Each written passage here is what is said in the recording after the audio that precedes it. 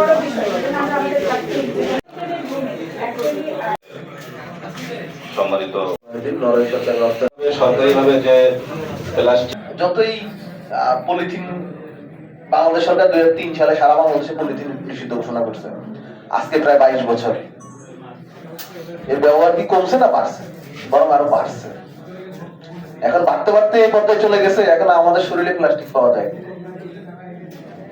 মানুষের ব্লাডে মাইক্রোপ্লাস্টিক পাওয়া যায়, মাছের ভিতরে মাইক্রোপ্লাস্টিক পাওয়া যায়, আপনার মাংসের ভিতরে মাইক্রোপ্লাস্টিক পাওয়া যায়। এটা কি মাছ তো আর নিজের খাবার নিজে প্রডিউস করে না, আর গরু তো নিজের খাবার, পশু পাখি নিজের, আমরা সেটা আমরাই তাদেরকে প্রোভাইড করি। আমাদের এই উপকূলীয় এলাকায় 1 মাস আগে একটা রিপোর্ট হয়েছে, সম্ভবত চাঁদপুরের যে মাছ, নদীর যে মাছ, সেই নদীর মাছের ভিতরে মাইক্রোপ্লাস্টিক পাইছে। পলিথিন বা প্লাস্টিক বিষয়ে সরকারের যে প্রতিকারের উপায়টি সরকার ভেবে রেখেছে বা যে উদ্যোগটি গ্রহণ করেছে সেগুলো আমি আপনাকে একটু জানাতে চাই কিছুটা। গণপ্রজাতন্ত্রী বাংলাদেশ সরকার 2020 থেকে 2030 সালের জন্য প্লাস্টিক ব্যবস্থাপনার একটি জাতীয় পরিকল্পনা নিয়েছে।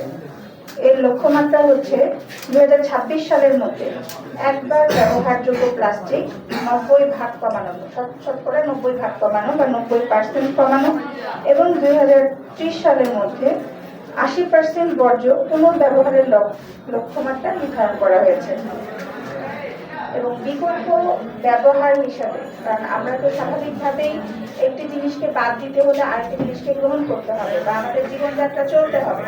আমরা এখন জীবনে যে ভাবে প্লাস্টিক ব্যবহার করে অভ্যস্ত বা যে অঙ্গনে প্লাস্টিক ব্যবহার করে অভ্যস্ত, তার একটি বিকল্প না এনে তো প্লাস্টিক ব্যবহারটাকে আমরা পুরোপুরি দিতে পারবো না, চাইলেও পারবো না।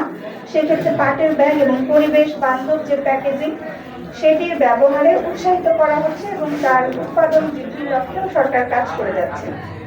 জনসচেতনতা বৃদ্ধির লক্ষ্যে বিভিন্ন জায়গায় সেমিনার, পরিষ্কার পরিচ্ছন্নতা অভিযান পরিচালনা করা হচ্ছে, যার একটি বাস্তব উদাহরণ হচ্ছে আজকের এই অনুষ্ঠান।